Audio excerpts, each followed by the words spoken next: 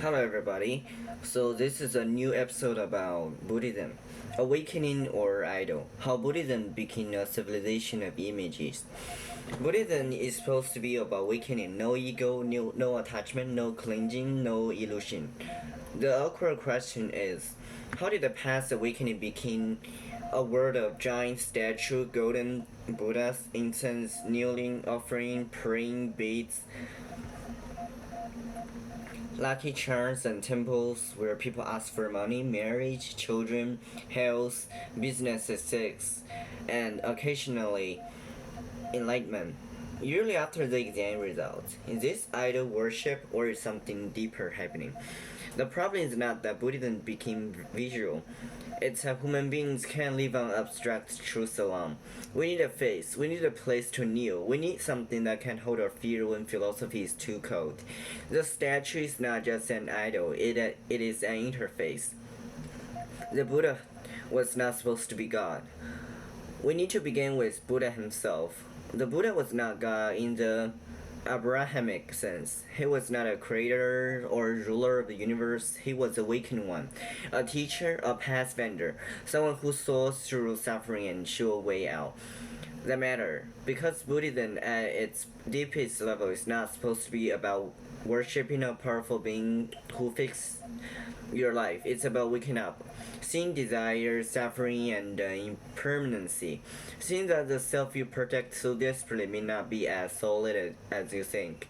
So if you understand Buddhism only as philosophy, the statue can look strange. Why bow to an image? Why ask a statue for help? Why light incense before someone who taught non-attachment? Why bring your shopping list to the Buddha? Health, exam, marriage, career.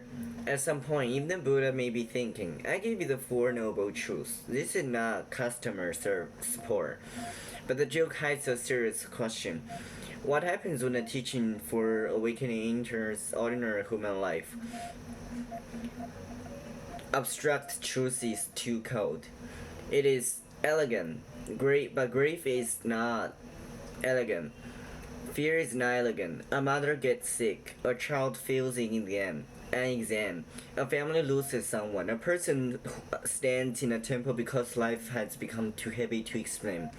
At the moment, impermanence may be true, but truth alone may not be enough. A doctrine can convince the mind. An image can hold the frightened heart. That's why religion became visible. They become candles, icons, statue, crosses, flags, temples, ritual gesture. Human beings are not pure brains walking around with Wi-Fi. We have body, we cry, we panic, we need somewhere to put our fear. A concept is hard to have, a statue is not. Human pain wants a human space, human shape. And Guanyin, well, it's a temple. It's a female Buddhism character.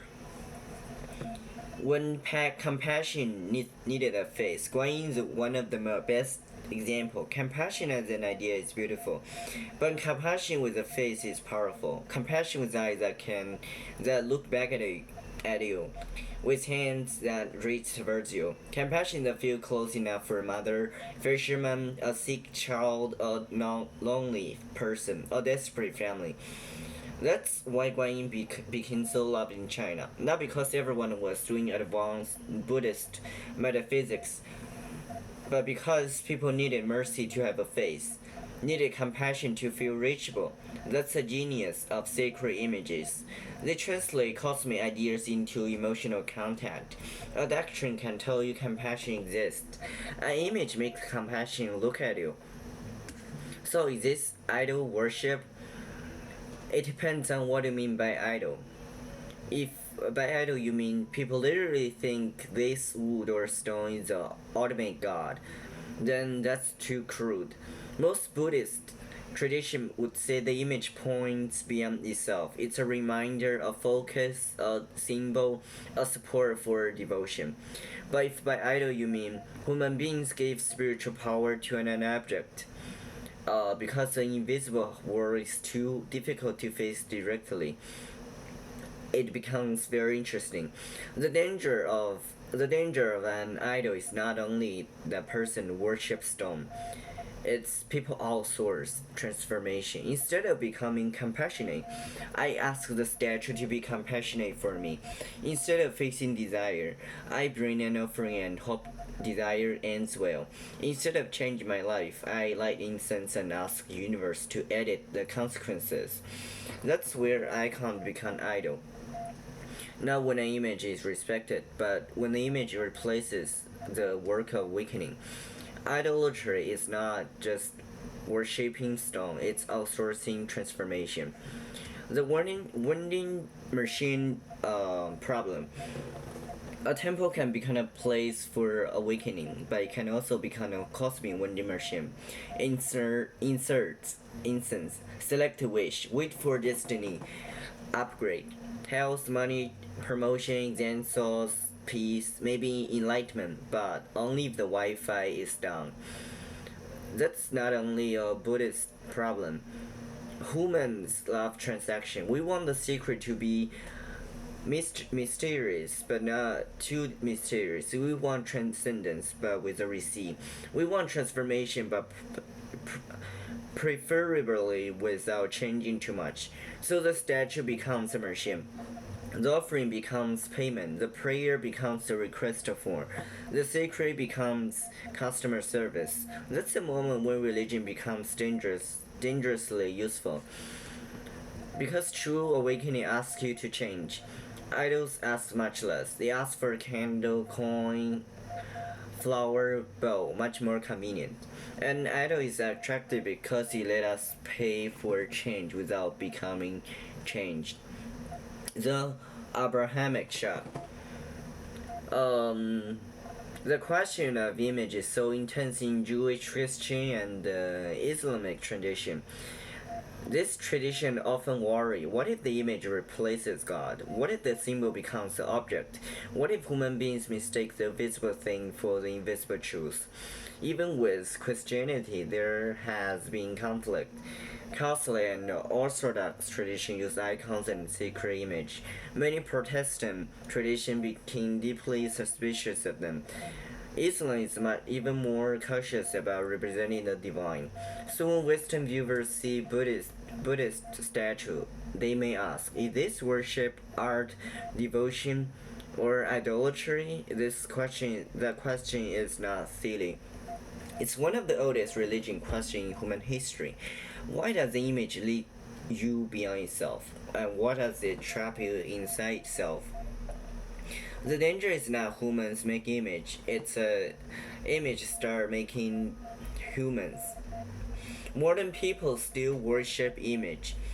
Before you laugh at ancient incense, we should look at ourselves. We worship image too.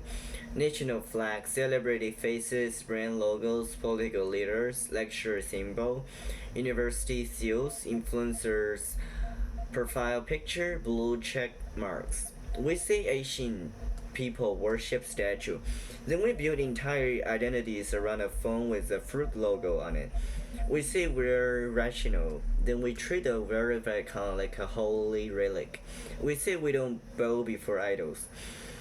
But watch how people behave when their favorite celebrity get criticized. The altar did not disappear, it became portable.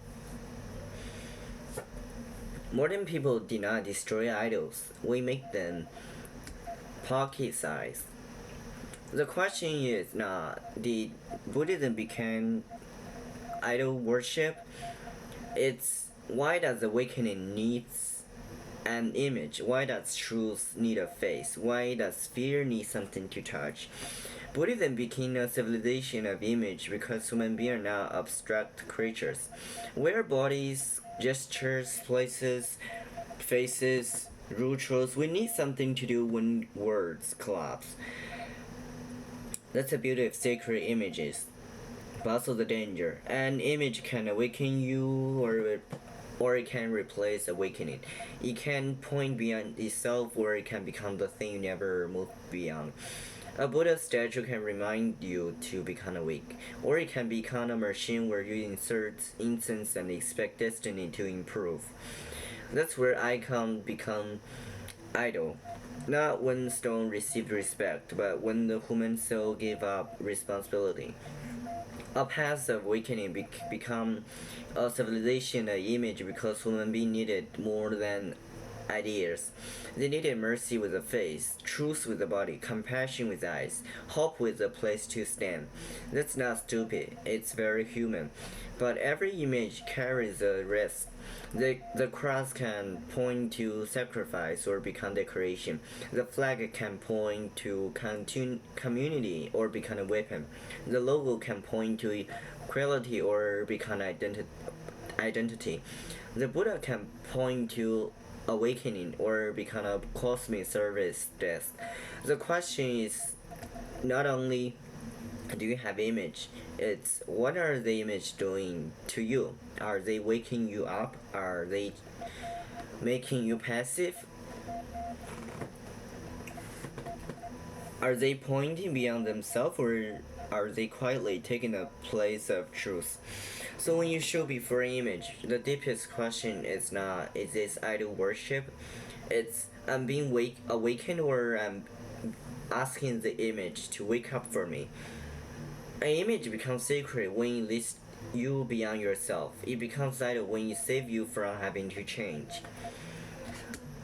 That's for today.